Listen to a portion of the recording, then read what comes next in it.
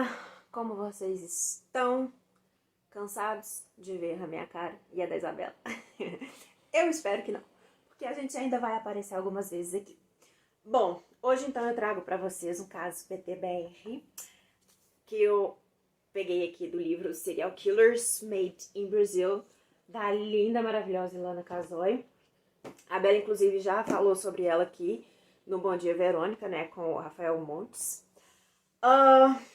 Eu fiquei muito na dúvida sobre qual caso eu iria trazer aqui pra vocês, até porque a gente tem alguns casos bem famosos, né, de serial killers no Brasil, como, por exemplo, o Chico Picadinho, o Monstro do Morumbi, o Vampiro de Niterói e o Pedrinho Matador, que são basicamente os casos que tem aqui. E aí, eu decidi então trazer o caso do primeiro serial killer brasileiro, né, assim, de acordo com os estudos, né, com os autos dos processos, o José Augusto do Amaral, ele é considerado o primeiro serial killer brasileiro. E enquanto eu estava pesquisando, né, porque o que a gente tem aqui é um relato bem curtinho, né, o caso dele foi bem curtinho, porém, existem algumas questões acerca deste caso que eu achei curioso. E aí eu vou julgar aqui e vou deixar vocês se virarem para encontrar uma resposta, ok? Bom, o José Augusto do Amaral, ele nasceu em Minas Gerais, no meu conterrâneo aqui, em 15 de agosto de 1871. Ele era filho de escravos, o pai, a mãe, agora eu não sei, mas um veio do Congo e o outro de Moçambique. E eles foram comprados pelo Visconde de Ouro Preto. O José Augusto do Amaral, ele ganhou a liberdade, né, por causa da Lei Áurea. E ele, inclusive, chegou a participar da Guerra dos Canudos, em 1897. E, inclusive, ele foi promovido a tenente. O histórico profissional, né, eu vou colocar o livro aqui. Vou tampar o BTK aqui, vou colocar ele. Bom, né, como eu comentei, o histórico profissional, ele é bem inconstante, né, tem uma certa inconsistência, porque por mais, né, que, né, tenha já a lei do ventre livre, aí tem a lei áurea e tal, a discriminação ainda existe até hoje. Então era muito difícil para os negros conseguirem empregos fixos naquela época.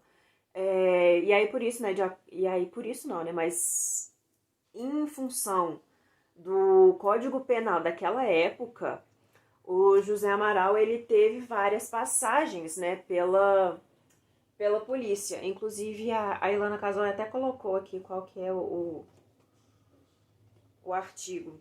Aqui, ó, deixar de exercitar, artigo 399. Deixar de exercitar profissão, ofício ou qualquer mister em que ganhe a vida, não possuindo meios de subsistência e domicílio certo em que habite, prover a subsistência por meio de ocupação proibida por lei ou manifestamente ofensiva da moral e dos bons costumes. Né? Isso soa similar para vocês? A moral e os bons costumes? Pois bem. Ele tinha, em função disso, passagens pela polícia, como vadiagem, essas coisas assim. Então ele era considerado uma pessoa, ele era então uma pessoa que tinha antecedentes criminais, ou seja, ele era uma pessoa ruim. Bom, em 1927, o Amaral, então, ele foi preso como responsável pelo assassinato brutal de 3 pessoas. Bom, sobre os crimes. Eu não vou entrar em detalhes aqui, mas de novo, né, se você é sensível a esse tópico, cautela. Em 13 de fevereiro de 1926, um menino de 9 anos, que trabalhava como engraxate, ele foi abordado por um homem alto e negro, e ele estava pedindo ajuda para carregar uma caixa com roupas, alguma coisa assim. E com a promessa, né, de ganhar um dinheirinho ali extra, o menino aceitou na mesma hora. Quando eles chegaram numa rua mais afastada, né, mais abandonada, assim, bem deserta, o homem atacou esse menino e tentou estrangular ele. A criança desmaiou, e então esse homem tentou violentar a criança. Só que ele foi interrompido pela passagem, né, assim, de um carro, e aí ele acabou saindo correndo. Ele achou que o menino estava morto, mas ele não estava. O menino foi encontrado, então, por duas mulheres que passavam ali pela região e elas chamaram a polícia, mas a família decidiu não prestar nenhuma queixa, não fazer nenhuma denúncia. E aí, em 5 de dezembro de 1926, o Antônio Sanches, de 27 anos, ele foi abordado por um homem negro e um homem alto, que se apresentou como Amaral. E depois de conversarem, né, ali algumas amenidades do dia a dia, o Antônio, ele acabou falando para o Amaral que ele estava com muita fome, que ele não tinha como pagar, né, pela refeição nem nada, ele estava passando por dificuldades financeiras. O Amaral, então, prontamente ele ofereceu para pagar, né, o almoço do Antônio e, claro e óbvio que ele aceitou. E aí ele falou assim que ele tinha um servicinho para ele que né, seria um dinheirinho ali, pelo menos momentâneo ali, que ajudaria o Antônio. Obviamente que o Antônio aceitou. E aí depois, né, de se afastarem, né, para uma ruazinha mais afastada, o Amaral, então, deferiu vários golpes, né, no Antônio e ele foi estrangulado. E dessa vez, o Amaral precisou certificar-se, né, que ele estava de fato morto. Então ele violentou o corpo. Na véspera de Natal de 1926, o José Felipe de Carvalho, de 12 anos, ele estava brincando ali na rua e falou com a sua mãe que queria ir na missa, né, de Natal lá e tal. E a mãe achou aquilo maravilhoso, né, o filho demonstrar esse interesse pela religião. Ela permitiu, né, a criança ir para a igreja e aí no caminho ele viu um homem vendendo balões. Ele ficou encantado com o objeto, né, e pediu um pro moço. O moço deu, eles conversaram ali mais ou menos, né? O José Felipe então saiu andando, só que o balão acabou estourando e ele ficou muito chateado e ele voltou e pediu outro balão. O homem deu outro balão. E aí eles começaram a conversar. E ficaram ali trocando ideias e conversando e tal. E aí esse homem falou que ele conhecia um lugar muito bonito que tinha um monte de passarinho. E ele falou, se você quiser eu te levo lá. O José Felipe aceitou. E então ele foi atacado, né, enforcado, morreu. E aí o Amaral violou o corpo da criança. E aí, dias depois, a mãe, o corpo foi encontrado e a mãe reconheceu por causa das roupas que a criança usava.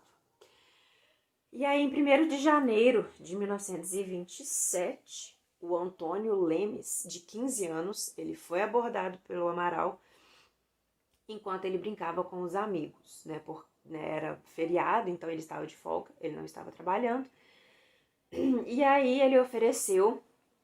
o Amaral ofereceu o almoço e um dinheiro, né, para acompanhar ele até um outro bairro.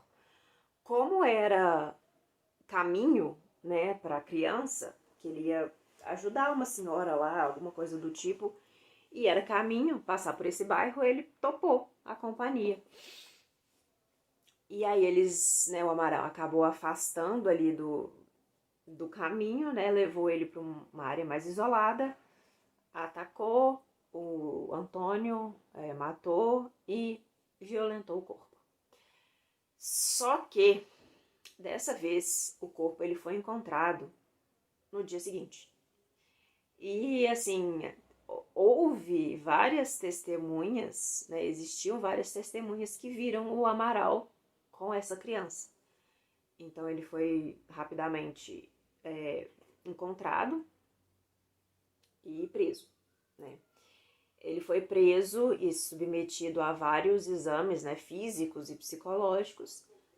E enquanto ele estava esperando, né, o julgamento, mais ou menos ali 5 meses depois, ele acabou falecendo na prisão por causa de tuberculose.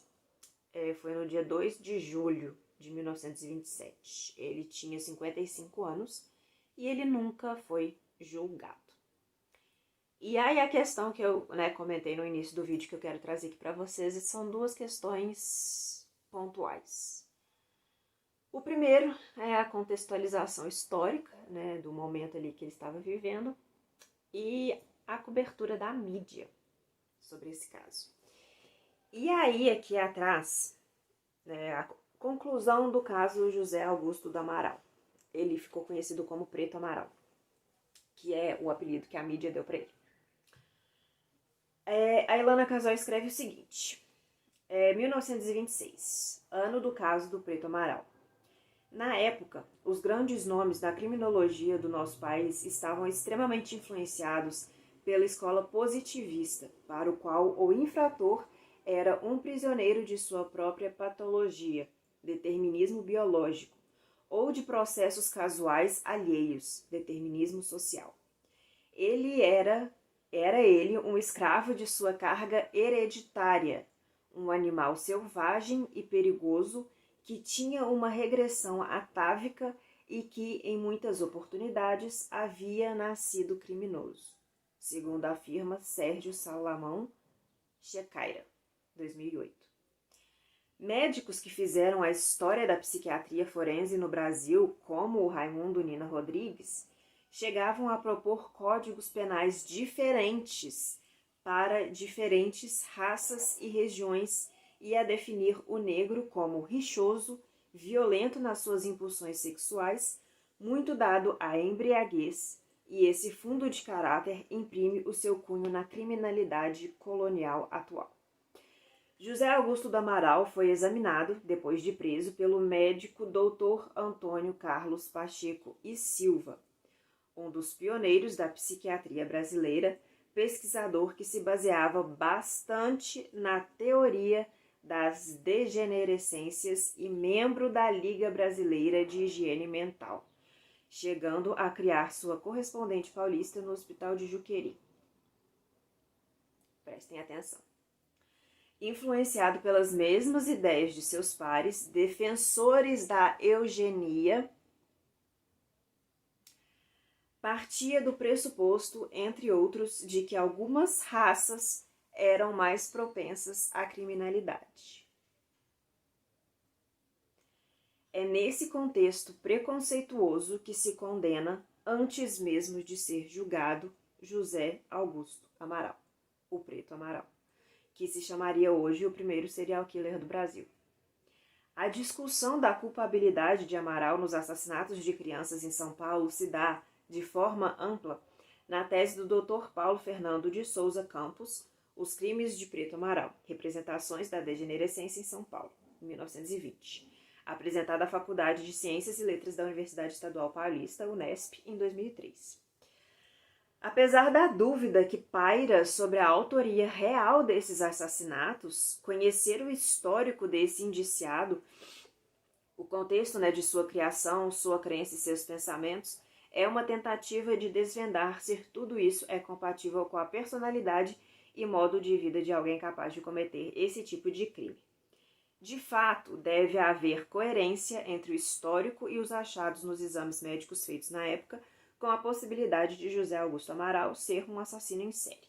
Elenco a seguir os dados que apontam para tal afirmação, sem esquecer o princípio da presunção de inocência previsto no artigo 5º, incisivo, da Constituição Federal, que assim dispõe: ninguém será considerado culpado até o trânsito em julgado da sentença penal condenatória. Aí agora, vem cá, vamos conversar aqui. O médico, o psiquiatra responsável pela avaliação psiquiátrica do Amaral, ele era um eugenista.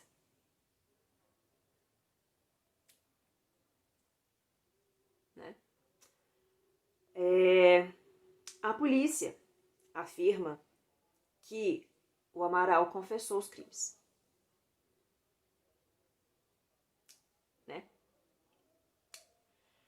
E aí a mídia, que cobriu esse caso, desde o primeiro momento, né, que foi divulgada, né, a foto e tudo mais, não chamou esse indivíduo pelo nome, né, José Augusto do Amaral. Não.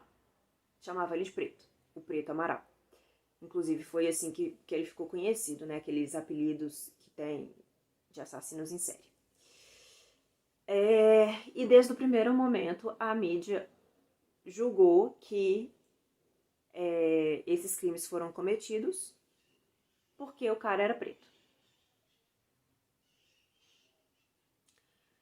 Bom, um júri simulado, né, foi feito em setembro de 2012, 85 anos, né, depois do caso, e o resultado foi o seguinte: 257 votos foram pela absolvição e 57 pela condenação. E aí fica aí o caso para vocês pensarem.